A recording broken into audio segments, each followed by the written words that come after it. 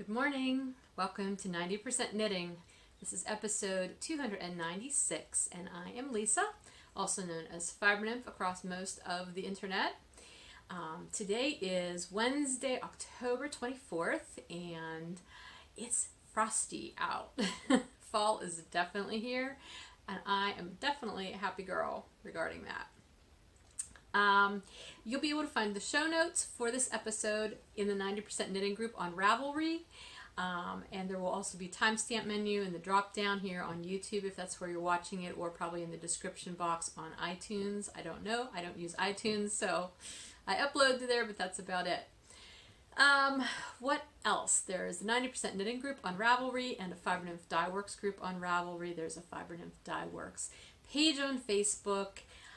You can find me personally as Fiber Nymph on Instagram, and my business, Fiber Nymph Dye Works, also on Instagram. And you can find my brand new business website, fibernymphdyworks.com, at fibernymphdyworks.com. No shock there. Yes, the site is up and running, and the shop is running, and everything mostly seems to be fine. The issues I've had have been quite small, so I'm very pleased with that.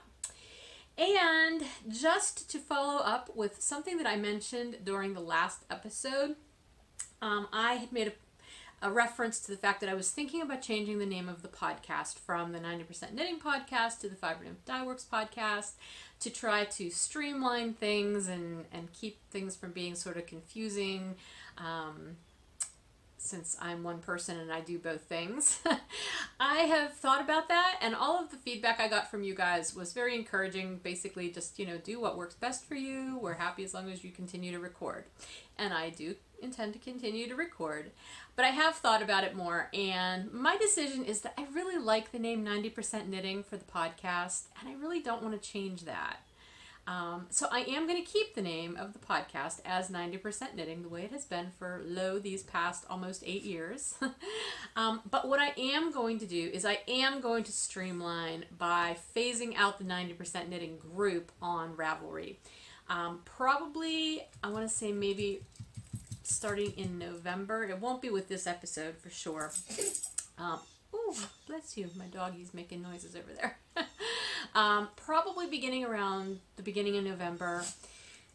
I'm going to start posting all the show notes, the episode threads. They'll be over in the Fiber Nymph Dye Works group in Ravelry. Any new knit-alongs or events that are happening within the podcast realm are also going to be posted over in the Fiber Nymph Dye Works group. And my rationale for that is the fact, number one, it's multifold. Number one, that will give me one group that I can give all of my attention to instead of trying to divide it and never feeling like I'm doing a good job with either of them. And number two, the bottom line is that the podcast is basically sponsored by my business, Fiber Nymph Dye Works. So instead of changing the name, I think I'm going to just make a point at the beginning of every episode to welcome you to 90% Knitting, my podcast that is sponsored by my yarn dyeing company, Fiber Nymph Dye Works. That way, if you're new and you aren't aware of the fact that I both host this podcast and dye yarn that is available to you, it'll make that connection right off the top, and it will not require me to change the name of my podcast because I really don't want to. So hopefully that works for everybody, and that'll make everything clear, I hope. As clear as things get sometimes. Clear as mud, right? No. Hopefully it's clearer than that. Another thing this week, I'm trying to sit closer to the camera. Technically, I have the camera closer to me. I record on my phone. I cannot use an external mic, at least not that I've found that I can do. I've never read anything that's told me that's a good way to do that with my phone. And I have had someone mention that the sound is often quite quieter on my podcast than other podcasts they watch. I haven't heard that from anybody else, but if anybody else is having sound issues with my podcast, please let me know so that I know if I do need to look into something else. Recording on my phone has been working very, very well, and I really don't want to have to change that because I've gone through several other camera options that have not worked quite as well. I'm hoping now that the weather is getting cold too, and I don't have the door open over here or the windows, that the sound in here might be better because it's more of an enclosed area. And hopefully it's not too echoey, because I know that can also be an issue in here, since basically it's a room with 4 walls of glass for the most part. There's a little bit of structure back there, but 3 walls of windows and a 4th wall of French doors. So anyway, that's all the administrati I believe I've got for you guys this week, just as a way to get into the episode. And now we're going to get started with knitting, the 90%, since we're still keeping it 90% knitting, right? I'm looking at my notes down here on my laptop in case you wonder why I keep staring down here. I will do a little bit of a Rhinebeck and Needles Up recap later on in the podcast. I'm not going to do that right now. But again, just like I did with my vacation, I'm sure I'll be referencing both of those things as I go through the podcast. Anyway, I went out to my car. I'm not even completely unpacked from the trip. And I went out to my car to grab a couple things that I could show you this week. And I had samples, and I can't remember which ones I've shown and which ones I haven't. Here's the other thing. I actually did record an episode last week right before I went away to New York. But I recorded it on Wednesday, the day before I was leaving. And then I had no time that day to actually do any of the processing. I don't know what I was thinking. And so it never got posted. And at this point, it's completely out of date. And that's fine, because it was very choppy, because my mind was in a million other places. But that leaves me with the thing that I know I told you about things on that episode, missing episode, that you've never seen. And so I don't know what I've already talked to you about and what I have yet to talk to you about. So if I start talking about something and making it sound like, oh, of course you know what I'm talking about, that's why. And I apologize if there's a little bit of disjointedness for that reason, but hopefully there won't be too much. But I do want to show you a couple of socks here. I think, I'm almost positive you did see this one. This was my Needles Up colorway. I had this finished as a sample. At least I think I had it finished as a sample the last time you saw it. Maybe not. I don't remember. Anyway, this is, I don't know why I'm even showing it to you, because you can't get it. I'm sorry. But it was very well received at Needles Up. I think I might have like 1 skein left or something. I don't even remember now. I didn't have very much left at all at the end of Needles Up, but that was the Needles Up colorway. At some point I may put it in my shop, but it will not be until next year sometime. Possibly not even until next October. We'll see. I just don't know. I did end up getting a chance to put a heel in my one Mountain House Autumn sock, so I was able to use that as a sample at the show. So I do have the second sock tube knit. I just need to put the heel in the second sock, so then I have a full pair of socks. But that's also going to remain a show sample for right now. And I think you already saw this one. This was my Dark and Stormy colorway that I did as a Halloween colorway this year. Though I really like it, and I think I may just kind of keep it in my lineup year round, because Dark and Stormy isn't necessarily just for Halloween. I don't think so. Anyway, I can't remember, but I think I had showed it to you already. And both this one and the Needles Up sock, I used Sarah Jordan's non-Euclidean heel in that. Otherwise, it's just plain vanilla socks. So anyway, those are just some finished socks for you to see. Let's move on to what I have been working on. I don't have any actual finished objects this week. I have been working a good deal on my oldest son's gift blanket that I'm planning to be able to give to him for Christmas this year. I didn't bring it in to show you this week because it's huge right now. I measured it this morning. It's 40 inches long and it is 56 inches wide. I'm aiming to get to 72 inches long, so I've got 32 more inches to go. And I'm making progress because I am making a point of working on that pretty much every morning. That's like the first thing I knit on because I'm trying very hard to get at least an inch done a day. I figure if I do at least an inch a day, it will definitely be done by in time to send it to him for Christmas. So that's my plan. So far, so good. And really, it's bulky weight yarn. So 1 inch of length is not difficult to achieve. Like 4 rows does that. So I have worked on that. I'm also working on my younger son, my middle child, his Christmas or birthday. Again, I'm not sure which it'll end up being. But the second sock of that pair. I finished the first one a while back. So here that is. This is the Owl colorway in West Yorkshire Spinners Signature 4-ply. I know it doesn't look very good not on a blocker, but I'm doing it over 72 stitches with the Blueberry Waffles pattern. I'm just applying to it. So it looks nice. And I just used the yarn. I didn't use anything contrasting for the heel or the toe or anything. I just decided to use all the yarn, but I had the first one finished and I have cast on the second one. And I worked on this a little bit over the weekend while I was away. So that's as far as I am on that. He likes long cuffs and he has big feet, so these always take a little bit of time, but it's okay. Oh, here's the other Mountain House Autumn sock tube that needs a heel yet. It's in the same bag, and so are my sunglasses for some unknown reason, and I'm going to be looking for those eventually and wonder where they're at. So you can remind me it's in this bag. Alright, so that is one sock project, and those are being knit on US 1s, which is what I usually knit my socks on, although occasionally I do go down to zeros. Let's see, what else? Oh, I did work on the second Dark and Stormy sock. Matter of fact, this is what I worked on a little bit at Needles Up, although honestly there was not very much time to just sit and knit at Needles Up because it was pretty busy the whole time. So that's as far as I am on the second sock. I really love this colorway. So, and these are all, well, aside from the West Yorkshire Spinners, all these socks I showed you, they're on my Bounce base, which is my 80/20 Superwash Merino and Nylon blend. And these are also on US 1s, or yeah, US 1s. And in my Bandit Fiber Co. Japanese knot bag, in the Halloweeny kind of fabric. I just love that bag.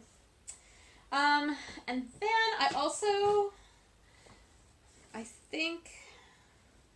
I'm pretty sure I showed you the finished sock tube of this first sock. This is that Arnie and Carlos sort of Christmassy but not Christmas colorway. I don't remember the number. Do I have it written down? No, I don't. Check my project page. Sorry. It doesn't have a heel yet, but I think you already saw this part. Again, maybe you didn't, I don't know. But while I was sitting at breakfast with my husband this morning, I did cast the second one on for that too. So it's not super exciting because it's, you know, just a cuff, ribbed cuff, 1x1 ribbing on this one. This one I am doing on US 1s, or US 0s actually. So I'm doing this over 68 stitches, which is a weird number. I'm not sure how I landed on 68 stitches, but that's what I'm using. So yeah, it's been a lot of socks, obviously. Although, I do have one other project that I put a little bit of work into. I think I started working on it again shortly after I recorded last time. Like, the last time I recorded and actually uploaded the episode. And that is, oh, you're going to be so excited. I know I was. It is my arboreal cardigan. Yes, I actually took my poor sweater out of hibernation and am working on it.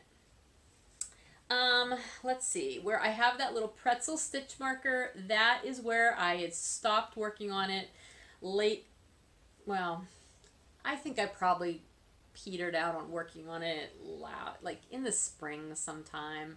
Once winter was definitely over and I knew I wasn't going to get to wear it, you know, a lot earlier this year, I just kind of lost interest. So, but I've picked it up again, and I am working on it. I've put another, 4 inches on the body.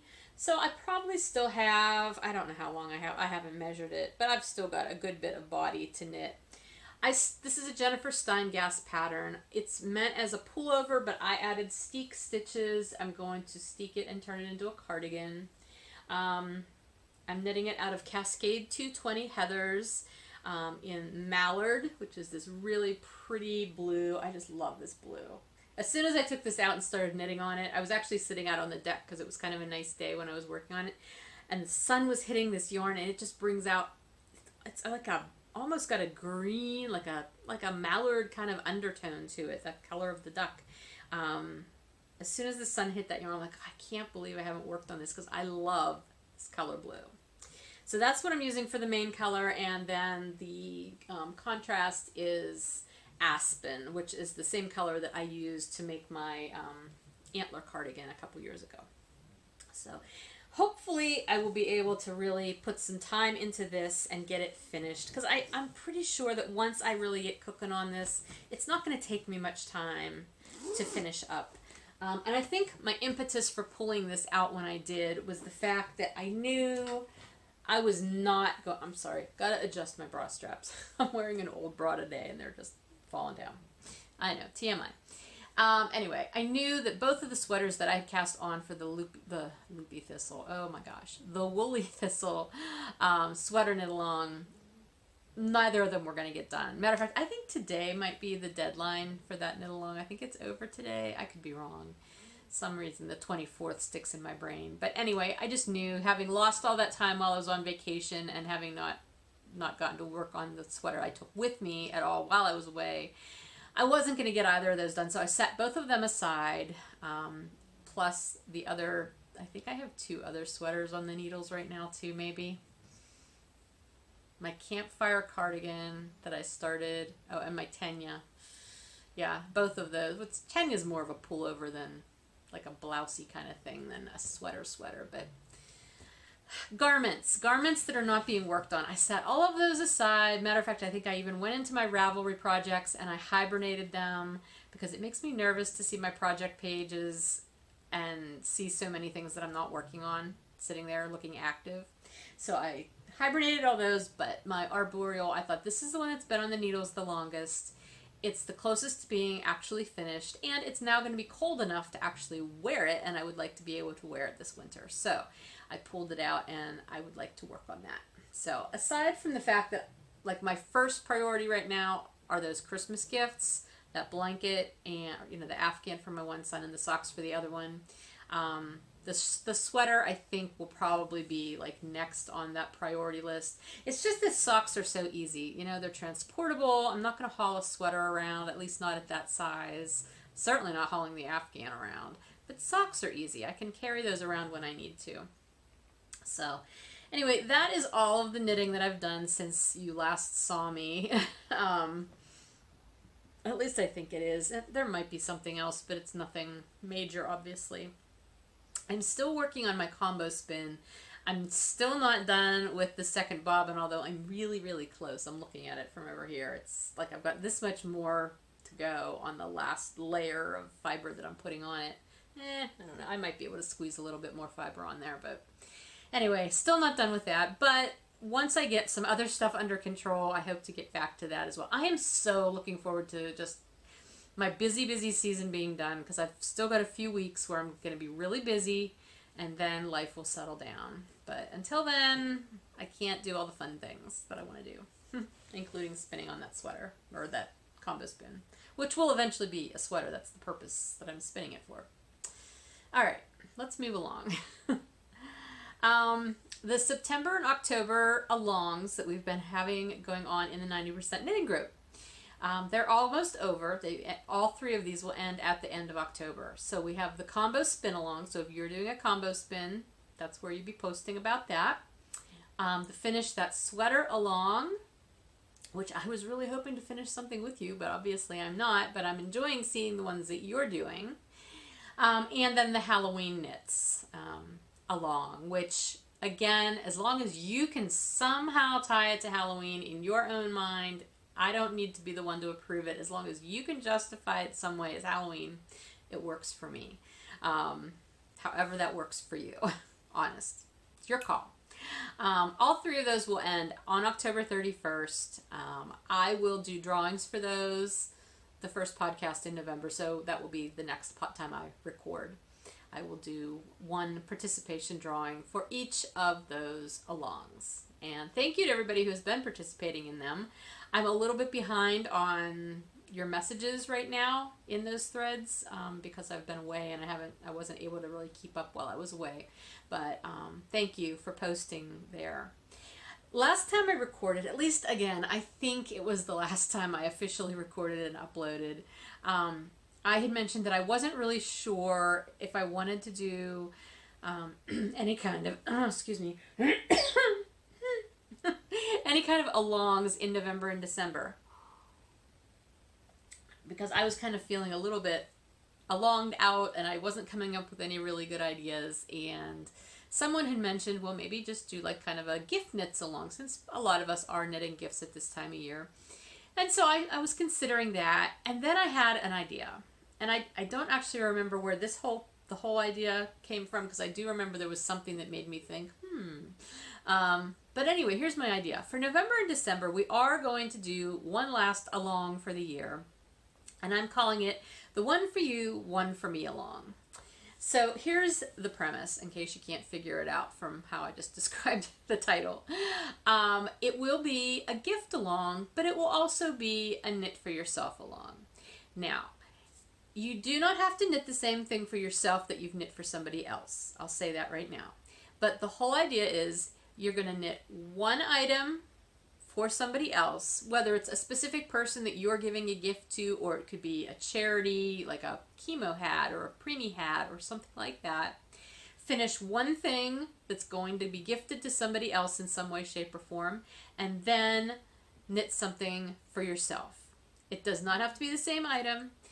None of them have to be super huge, just whatever. As long as one is for somebody else and one is for you. So each entry for that along has to have 2 items in it. And that means 2 complete finished items. So if it's mittens or socks, it has to be a complete pair, just so you know. The way you would wear something. Yeah, that's really kind of the only guideline I have. I'm going to be opening that along thread over in the Fiber Nymph Dye Works group, though. I'm going to start that transition to doing our alongs over there. I will post full guidelines. Like I said, there won't be many. That's the main gist of it. Since I am going to be starting to post the along information over there, though, I will probably usually... This is not going to be an along where you have to use Fiber Nymph Dye Works yarn. Let me just put it that way. I do not intend for all of the alongs over in that group to have to use my yarn, but I think I will incorporate an element of, if you do use my yarn, you'll get an extra entry. Does that make sense? So if you use Fiber Nymph Dye Works yarn to complete an entire project, and in that case it would need to be both items, the one for somebody else and the one for yourself. They both would need to be done out of my yarn for it to count for an extra entry for this particular along. If it's just one of them, it won't. I'm going to keep it simple. It either is or it isn't. And so how that will work is you can post your entry once, and if they were both made out of Fiber Nymph Dye Works yarn also, then you can post that entry a second time. You're not going to have just one thread that you're going to keep adding things to. You're going to post a new post in the thread every time you have an entry, a set for the entry. Okay? I hope I didn't make that too complicated, but that was the best idea I could come up with for November and December. I know it's a really busy time of year for a lot of people, so I didn't want to make it super complicated, and I wanted to incorporate it into something that we're probably already doing. It does need to be new cast-ons, okay? So it has to be something that you've cast on as of November 1st and finished by December 31st. So no works in progress for this one. Yeah. Anyway, if you have any questions about it, feel free to ask them over in that thread or PM me. I will say right now, if you are a member of the 90% Knitting group, but you have not ever joined the Fiber Nymph Dye Works group, I would really encourage you to do so, just because I am going to be moving all of the podcast stuff over to that group, and that way you'll be there and you don't have to worry about missing anything. I'm not going to take the 90% Knitting group is still going to remain. It's going to be on Ravelry, at least for the foreseeable future. But I'm not going to be doing anything active with it as far as I know. I mean, we do have some threads that were kind of year-long, like anybody who wants to knit color work with me, that thread, although I don't think that one's been very active lately at all anyway. I'm sorry, I'm really froggy today. So I'm definitely not going to do anything with it before the end of the year, like to get rid of it or anything. But all the new stuff is going to be posted over in Fiber Nymph Dye Works group from now on. All right. Next up, I have a pattern giveaway, which I really wanted to share with you last week when I recorded the episode that didn't go up, but I'll share it with you now. Amanda Cole from Amanda Cole Designs, she has designed a collection called Atop the Tree. Atop the Tree. I want to say Atop the Treetop. That makes no sense. Atop the Tree. It's her Atop the Tree collection that includes a hat pattern, a mitts pattern, and a sock pattern, I believe. The hat and the mitts she designed using my Traveler base, my sport weight base. And so she gifted these to me, and she offered to offer up one of the collection, like all 3 patterns, to one of our viewers as a drawing. So I am going to be starting a drawing thread for this collection. That also will start over in the Fiber Nymph Dye Works group. But here, let me show you the hat and the mittens. They are beautiful. They're this lovely lace patterning. Here's the mitts. They're fingerless mitts with this lovely lace detail on the back of the hand. And then the hat is also, it also has that lace bit. It's got this lovely cable in there. Can you see that? I don't know how well you can see it in this picture right here. It's just super pretty. And I just love that tree motif. And the socks also have that lace motif in it as well. So that is the Atop the Tree collection. I don't know why I have this tickle in my throat all of a sudden. I've been fine all morning. Anyway, so thank you so much, Amanda, for offering this as a drawing. Again, I will start the thread over in the Fiber Nymph Dye Works group, and you can enter there. I will leave this drawing up. I'm going to say I'll pull for this as well whenever I do the recording next time, but you're getting 3 patterns with this. This is her Christmas collection for this year, and they're really pretty patterns. So thank you, Amanda, and I look forward to being able to gift this or to award this to someone that Amanda will then gift that collection to. So you can enter there. I will put up a prompt, as I always do. I don't know what it'll be yet, but you can answer there and enter to draw and enter to win. I'm sorry, words are not working very well for me, obviously. What else? I think that's everything. I already talked about this transition that we're doing with the podcast. I don't know why I have it later on in my show notes. I do want to talk a little bit about New York, so Needles Up and Rhinebeck, and that will also take us into 10%. So we're going to just kind of float from one to the other. So last weekend, in case you live under a rock and have not heard, was Rhinebeck weekend. So that's the New York Sheep and Wool Festival that's held at the Dutchess County Fairgrounds in Rhinebeck, New York, which is why it gets shortened to Rhinebeck. People refer to it as that. I was vending at the Needles Up event, which took place the day before in nearby Kingston, New York. So I drove up on Thursday last week. It was a beautiful day to drive, and I kept thinking, wow, this would be a lovely drive to do on a bike, but unfortunately I cannot carry yarn and grid wall on my motorcycle, so I had to take my car. So I drove up. It was a lovely drive, very doable. I was listening to audiobooks. Anyway, so got up there. I stayed at a really nice place in Windham, New York, which was actually further north than I needed to go, but because I get option overload when I'm trying to book hotels online, I usually end up in some weird place. Usually I end up in a weird place that's more like, hey, I hope I don't get killed here tonight. But this was actually a very nice place. And as near as I can tell, these are kind of like, you know, independently owned, like condo units that then, like vacation rental kind of things. It wasn't a huge condo though. It was more like the size of a really generously sized hotel room. But, you know, I walked in and there was like this little kitchenette and a bedroom area and then the living room sitting area, a little bathroom. It had a nice balcony with furniture I did not get to use because it was cold and I was only there at nighttime mostly. But it was just so cozy, and you know, you could tell it belonged to somebody because there was actually like pictures of real human beings. And the furniture was not like hotel furniture. It was like an actual person's furniture. It was not what I was expecting, but in a good way. I was so pleased. So and the place also had a Mexican restaurant associated with it, which was lovely. That's what I did for dinner that night. I went over to the Mexican restaurant, treated myself to a couple of margaritas and some guacamole, because that's what I like at Mexican restaurants.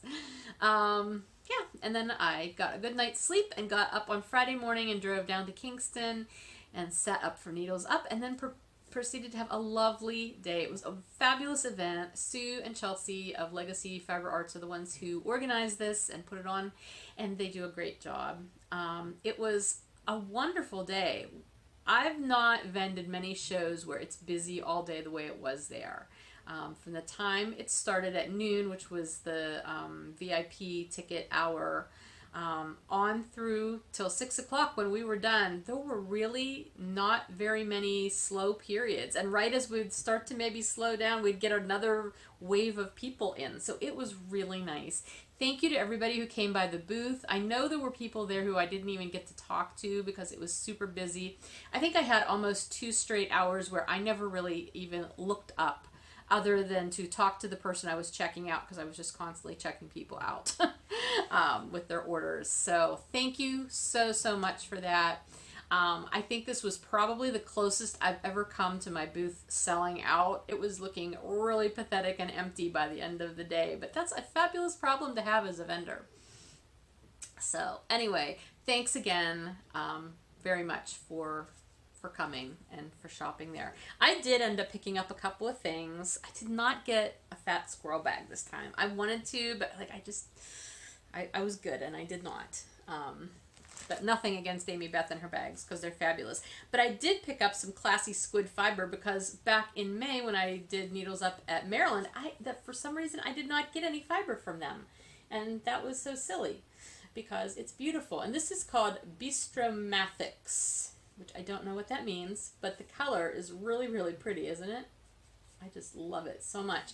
And it is on the Opulence Fiber Blend, I guess, which is 62.5% Rambouillet, 12.5% Cashmere, 12.5% Tussa Silk, and 12.5% Bamboo.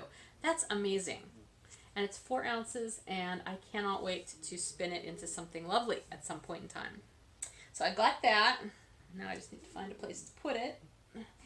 And then I also picked up a little set of minis from Legacy Fiber Arts. They had so much pretty yarn, but I just really like the combination of these mini colors. I don't know what the individual colors are, but the whole collection is called Fallen Leaves. So just really pretty. So those were my Needles Up purchases. So at the end of Needles Up, you know, after packing up and I had to get gas, and I just basically went in the gas station and like ordered a wrap to eat on my way back up to the hotel, because I was exhausted and I knew I wasn't going to want to go back to the Mexican restaurant that night. So I ate my dinner on my drive back up to the hotel. I got another good night's sleep, because I decided at that point that I was not even setting my alarm for Rhinebeck the next morning. I had originally thought, okay, I want to get there right when the gates open so I can maximize my time at Rhinebeck, because I knew I was going to need to leave before it was over, because I needed to drive to New Jersey to meet my husband.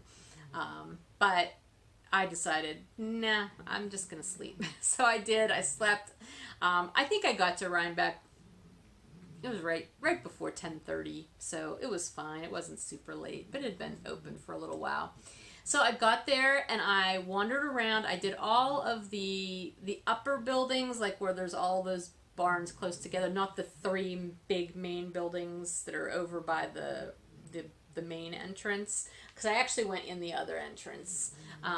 I didn't go to Rhinebeck last year, so I hadn't seen the new entrance, the way they redid it with that big building and everything. But when I got there, they were mostly funneling people over to the other entrance, and I guess it's just because of where I parked. I don't know. But anyway, I got in there, and I made it through most of those buildings before going to the podcaster meetup at 1 o'clock. I had one half of like that big barn building that there's vendors both upstairs and downstairs. I had the bottom part to go through yet. And I knew I wanted to go through there because I knew there was some stuff there that I wanted to get. So I left that till very last, though. Excuse me, I need to take another drink. But anyway, so I did a little bit of shopping. I didn't have anything super, I mean, I did have ideas of things I wanted to look for, but nothing like I had to get specifically this kind of things. I was on the hunt for Christmas gifts, though, and I did get to do a little bit of Christmas gift shopping while I was there, too, which was really nice. Because I like buying things from vendors that you can't find. I mean, not yarny stuff, obviously, but, you know, like potters or people that sell artwork of some type. I really like that, by being able to buy those kind of things for gifts. So, anyway, I did those buildings, took a load of stuff to my car, then I went to the podcaster meetup.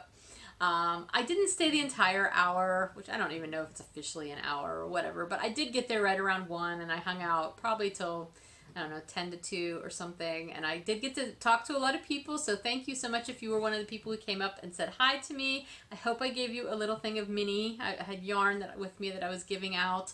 I have a little bit left over, so I may just pop those in orders when I ship orders out until they're gone. I don't know.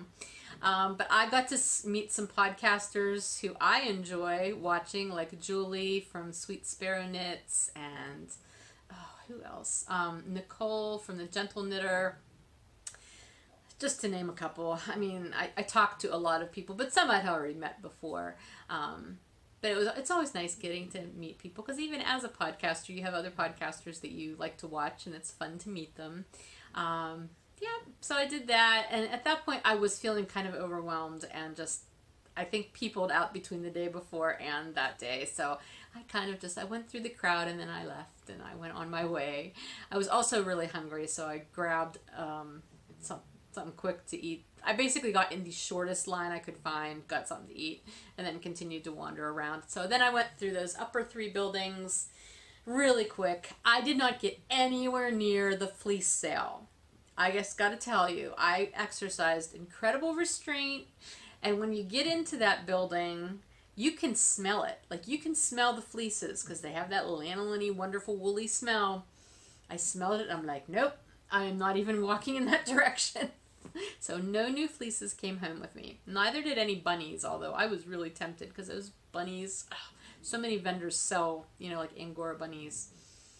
So tempting, but I don't think our cats would have appreciated that. I'm not sure my husband would have appreciated it either, although he would have probably been much more accepting than the cats. Anyway, so I did that. I did not go through the building where they have like the wine and the cheese and the candy and stuff like that. I often do, but I was short on time, and I knew I didn't really need to buy any of that. Plus, I wasn't going straight home, and I didn't want to have that kind of stuff just sitting in my car. So I cycled through there, and then I went down to leave, and I went back through that bottom part of that building that I didn't get to go through to finish my shopping there, and then I headed out. Let me show you. I did not bring everything in to show you that I purchased at Rhinebeck. Again, some of it was gift stuff.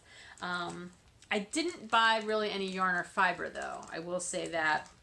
Well, that's not true. I bought some cone yarn, unmercerized cotton cone yarn that I'm going to use to weave like dish towels, dishcloths, and stuff like that, because I didn't have any of that. So I did buy that. I have to do a little bit of thinking about if I can do that on my small loom, or if I am going to want to buy a larger loom to do what I want to do without having to like seam things together. So that remains to be seen, but at least I have the yarn and I can play with it. But I think that's the only actual like yarn that I purchased. I did, though, I bought some kits basically to do other crafts that I've been curious about that I always see. And the one was Checkmate Farm, that they have like rug punch, you know, the punch hook. I don't know if it's even called a hook. I guess it's a hook. I don't know.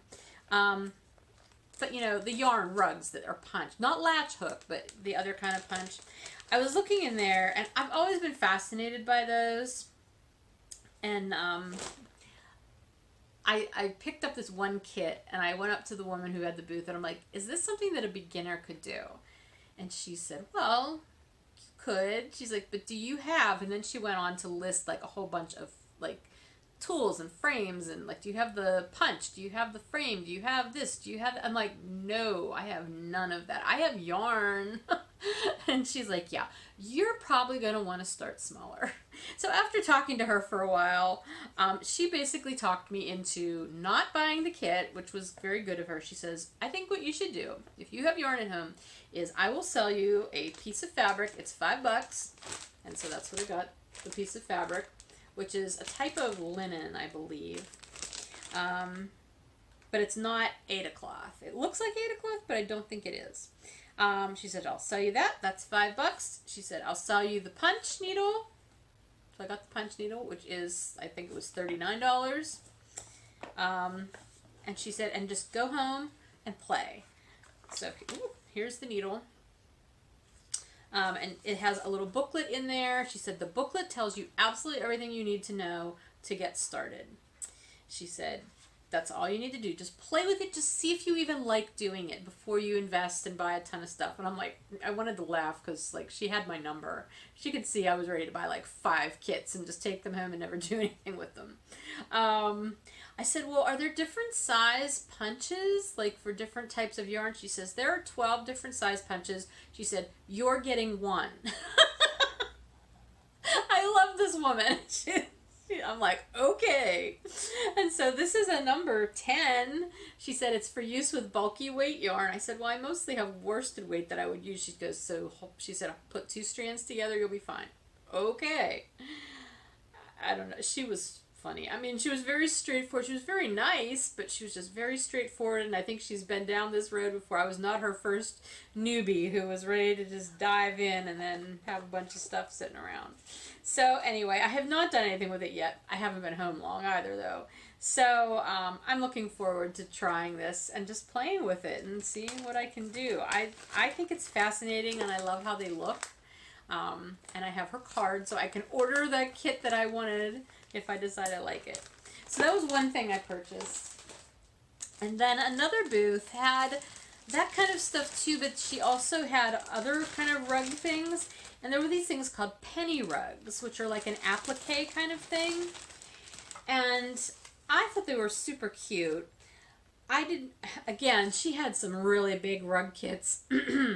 And she also explained that rug back in the day did not mean something you were putting on the floor. It meant like a mat, like a table runner or a placemat kind of thing, like something you're sitting things on a table. That's what these were for. But she had these little ornament kits. So there was a holiday ornament kit that had a house, a cat, and a chicken. And then there was another one that had more Christmassy kind of things, like holiday, a tree, a star, and a heart. So I bought these 2 kits that came with all the supplies that I need. All I think I need is a good sharp scissors, a pencil, and a steam iron, apparently. So, yeah. Everything else is in here. Directions for what to do, the stitches. It's an early American craft. And I haven't actually even opened this. She was telling me, though, well, not just me, there was a couple people standing there that she was explaining this to.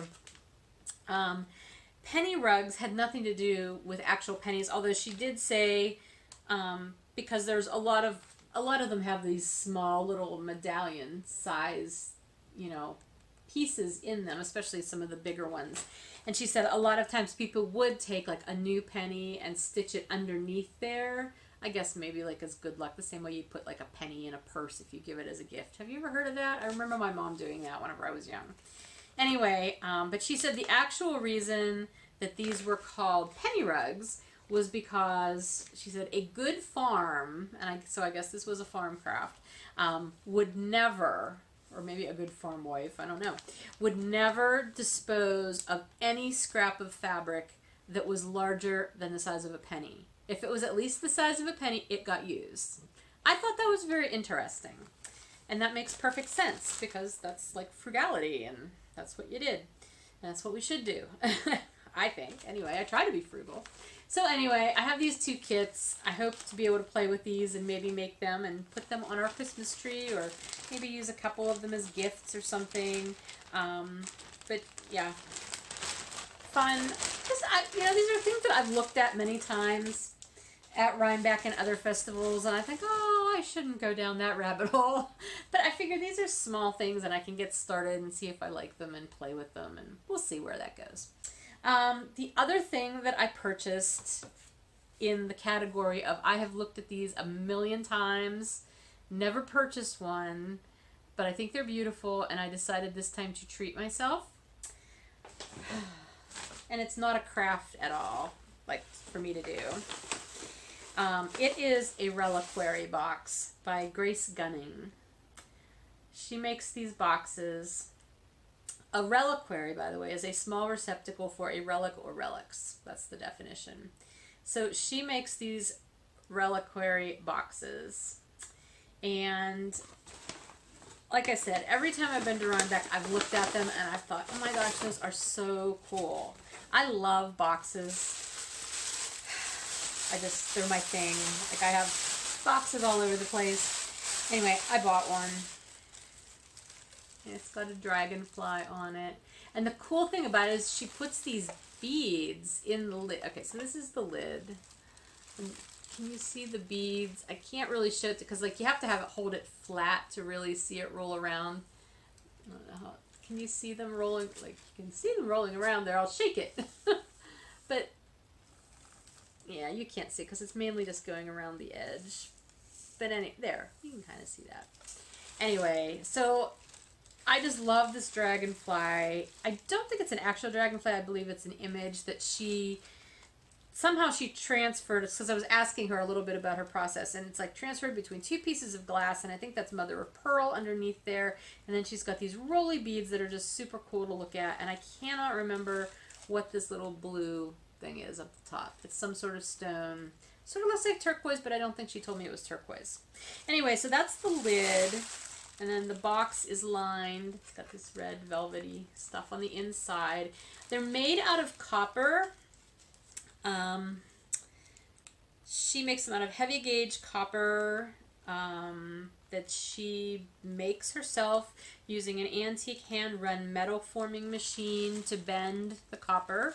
And then uses traditional metal crafting techniques in order to, I think you solder copper, you don't weld copper. Anyway, that's how she makes them, and they're just, I think they're amazing and lovely, and just, everyone's different. Even the ones that have the same design in them, they're just all different, and that appeals to me too. So this was my present to myself.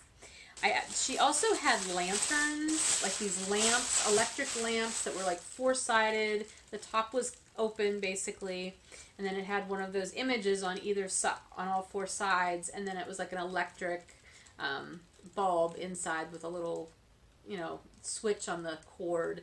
She said she just started making those, and she was taking orders for them. I think I might order one for my husband for Christmas because I think he would really like it. I showed him the box and he thought it was super cool. So that might be a Christmas gift for him. I don't know. I need to order it soon if I'm going to do that. Anyway, so those are most of the things I got at Rhinebeck. It's funny though. I did get this, and I did not get this at Rhinebeck technically. This is some West Yorkshire spinners. This is their holiday colorway this year, which is called Fairy Lights. I knew this was coming out, and Woolly Thistle carries West Yorkshire Spinners yarn, and Corinne had posted something to, I guess, Facebook or Instagram saying that this was going to be in the shop soon and to stay on the lookout. Well, as I was driving up to New York last Thursday, I had to stop and get gas, so I pulled into the gas station, and just out of habit, I picked up my phone to just check to see if I had messages or whatever, and I saw in my email that she had just sent out a newsletter saying, hey, this colorway is now in the shop. I sat in the gas station pump area, got on my phone, and ordered this yarn while in the car on my way to Rhinebeck. Is that not ridiculous? But I had to have it because it's beautiful. And actually, I ordered 2 skeins. I'm going to use one as a giveaway sometime soon here on the podcast. So I might have one for you too. Anyway, so I got that. Like I said, I got a lot of buttons. I was on a button kick this year, but I didn't bring those in to show you. You'll see them as I use them. Yeah, I can't think of anything else. I'm sure there might be other little things. Oh, I bought some soaps. And I did buy some gifts. I bought some Jenny the pottery bowls to give as gifts to some friends. Anyway, it was fun. But anyway, about 3 o'clock, at 3:30, I finally left, and I started driving down to New Jersey for the second half of my weekend. This weekend always seems to be multiple things, and it tends to coincide with a paddling weekend with my husband, with a bunch of his friends. They've done this for decades. It's down in the Pine Barrens. You may have heard me talk about it in prior years. We've gone. Anyway, I didn't want him to miss it, so I told him, just go. I'll drive down and meet you Saturday after I'm done at Rhinebeck. So that's what I did. As it turns out, this year he did not paddle because his one shoulder's really messed up right now. And he made the decision earlier in the week. He's like, I cannot paddle. He said, it will just hurt too much. He said, but there are hundreds of miles of sand roads out there. He said, I've always wanted to take a trail bike out and just explore the sand roads out there, and I've never had the opportunity. He said, so I think that's what I'm going to do. He already had the campsite reserved for 3 nights, and he didn't want to forfeit that because you can't get a refund. And renting or, reserving a campsite in New Jersey when you're not a resident is actually sort of pricey. So we wanted to make use of that. So he drove out Friday, and he had said, when you come down, I'll bring your kayak if you want to paddle with everybody on Sunday. I'm like, heck no. I said, just take both trail bikes. I said, I'll ride with you. So that's what we did on Sunday. We went out, and he had ridden Saturday, and he went on some pretty rough roads. Like, they've had a lot of rain out there, and so he came to, like, puddles. And I say puddles loosely because, like, the one puddle was apparently deep enough that he got his side bags filled with water going through this puddle. That's how deep it was. It was, like, up to, he said there was this one pickup truck stuck in one, and the guy was out, and it was up to his thighs. My husband managed to get through it, although he did stall the bike out, and I guess he had to wait for the spark plug to kind of dry out before he could run again. But yeah, it was kind of crazy. I said, okay, I don't want to go on any of those roads because I don't want to go through those kind of puddles. And he's like, no, I would not take you on those. So we did some less puddly roads, but they were still sand. I've never driven in sand before on a bike, so it was definitely a learning experience. I fully expected to fall, and I did. I was not disappointed in myself there. I only fell twice, but the one time I really went down hard.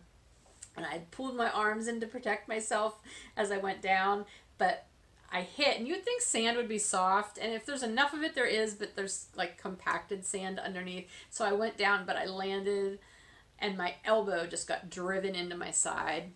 It was not fun, and I kind of laid there. I don't know, if you've ever watched Return of the King, the Lord of the Rings movie, you know the scene where Frodo gets jabbed by Shelob's stinger thing, and he lays there and he goes, ugh! That's kind of the noise that came out of me as soon as I landed, except probably louder and higher pitched. I couldn't move. I mean, not only did it hurt from like driving my elbow into my ribs, and things moved that should not move, but I also got the wind knocked out of me. So I couldn't move. I couldn't function. I could see Bill running back to me to help me out. But I'm laying there, and like, you know how when things happen, like your brain starts thinking a bunch of things at once? Well, my first thing my brain was thinking was, ow, ow, ow, ow, a lot of swear words, ow, ow, ow, ow. That was happening, and at the same time, I was also thinking, I need to Google how to know if you've punctured your lung. And at the same time as both of those thoughts, I'm thinking, if I've broken my ribs or punctured my lung, will I still be able to get all the dying done I need to do in the next few weeks? I'm good at multitasking, apparently. So yeah, I laid there for a while, and Bill was like, you need to move, and I thought he needed me to move, like he wanted me to get up. I'm like, I can't. He's like, I have to pick the bike up. There's all this gas coming out of it, and I was like, oh, okay. So it took me a while to bounce back from that one, but I did get up. I was convinced I was not dying, and I did not have any, catastrophic injury. And we were also like 20 or 30 miles from where we had to end up, and there was no way else out other than I had to get back on the bike and ride. And I knew that, and it was fine. I got back on. I just went really slow I mean, not like I was going super fast. You can't go fast on those roads. But yeah, it was interesting. I'm moving quite gingerly still, though. And it's funny because he fell a couple of times the day before. So he's also kind of hurting. So we're both like, we look like old people. Anyway, it was fun, though. And I did enjoy learning to ride on sand. I gained some new skills. I learned how to, we did go through puddles, though they weren't nearly as deep as the ones that he went through. But they're like puddles that, go span the entire width of the road. So you have to go through them. I mean, I went through ones that were probably maybe a foot deep. Probably not much more than that. But you have to stand up to go through them and then, make sure you continue to give it the gas as it wants to bog down in the water and the mud.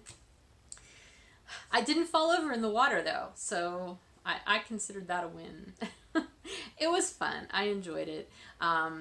Monday, we just came home, though. We didn't ride again Monday because Monday morning we were, so tired and so sore. But we came home, and here we are. So it was a good weekend. It was a very diverse activity weekend for me, though. Yarn and motorcycles. So it's probably going to be our last big motorcycle-y thing for the year, I would think. I don't know. We'll see. Okay, I'm going to jump in now with some shop news. First of all, the new site is up and running. I think we've worked most of the weird little bugs out. There weren't really many, but just a couple little tweaks here and there. So again, the inventory is light right now. I did add a couple of sock blanks and skeins of yarn that I dyed up late last week. Well, early last week, I guess. I put them up right before I left. And I did post that stuff to Instagram because it was just sort of one-of-a-kind stuff.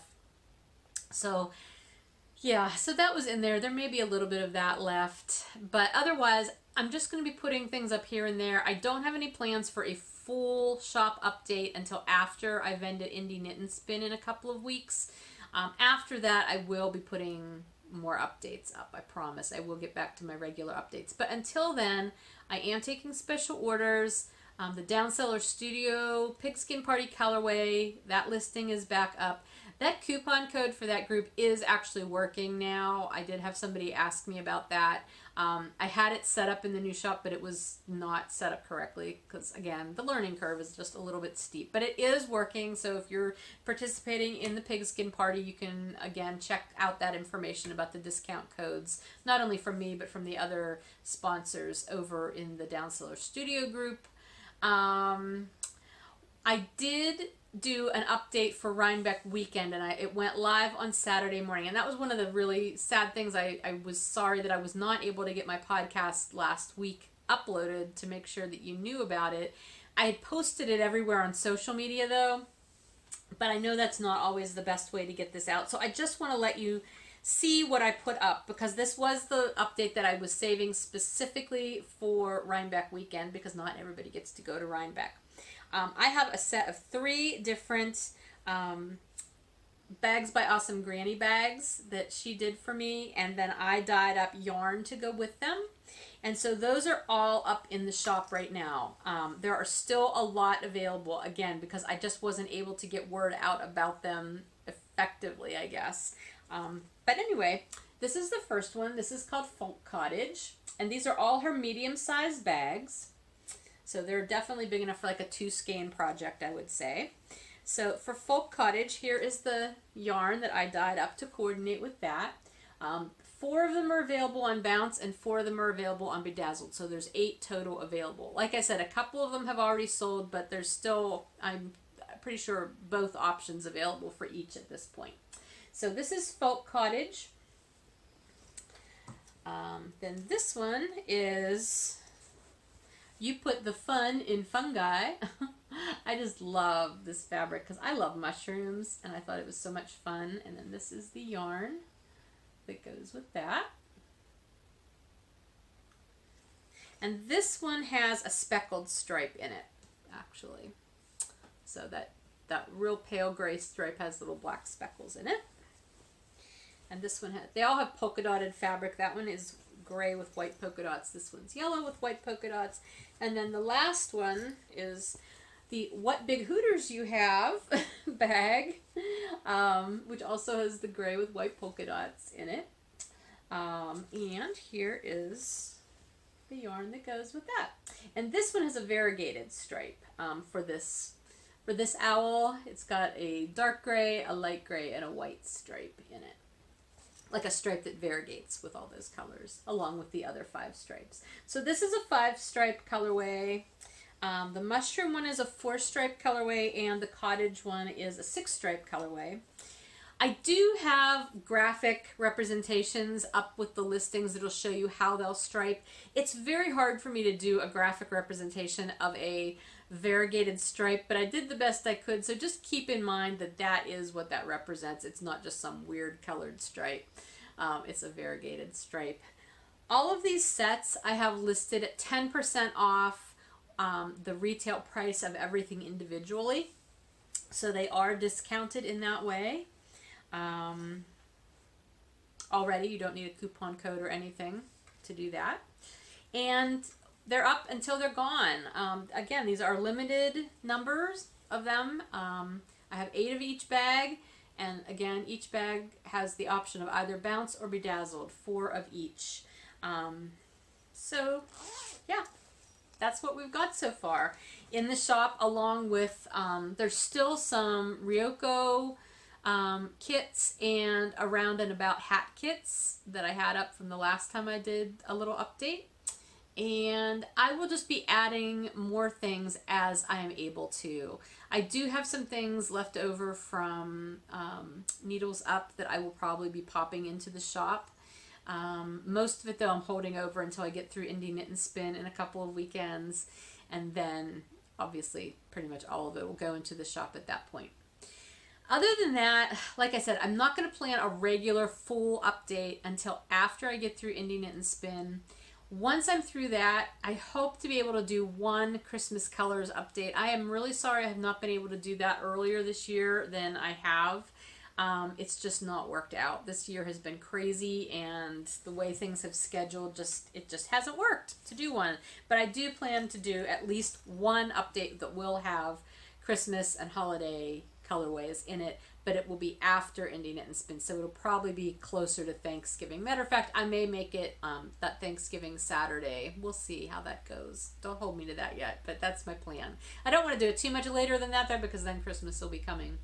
I am busy getting the Merry Month of Minis collections all finished up and ready to ship out to you guys by November 9th, not December, November 9th.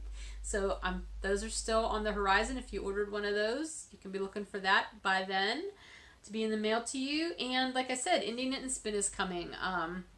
That's Sunday, November 11th in Pittsburgh at the Ace Hotel. And that is from 11 a.m. to 5 p.m. And there's more information about that on my website. I think that's everything. If you have any questions, please feel free to PM me on Ravelry or email me, fibernymph@gmail.com. If it's shop related specifically, please email me. Do not message me through any other social media because I can't guarantee that I'll get it. Otherwise, that's it. I don't know if I will get to record next week, but I will try to make it not be 2 weeks. Let's put it that way. So somewhere in the next 2 weeks, I will record again. And yeah, otherwise you'll see me around social media, and I hope you are having a good week, and I hope you're enjoying some fall weather because it's been lovely. Are you wearing your woolly things? I am. I'm enjoying it. So, all right, take care. Bye.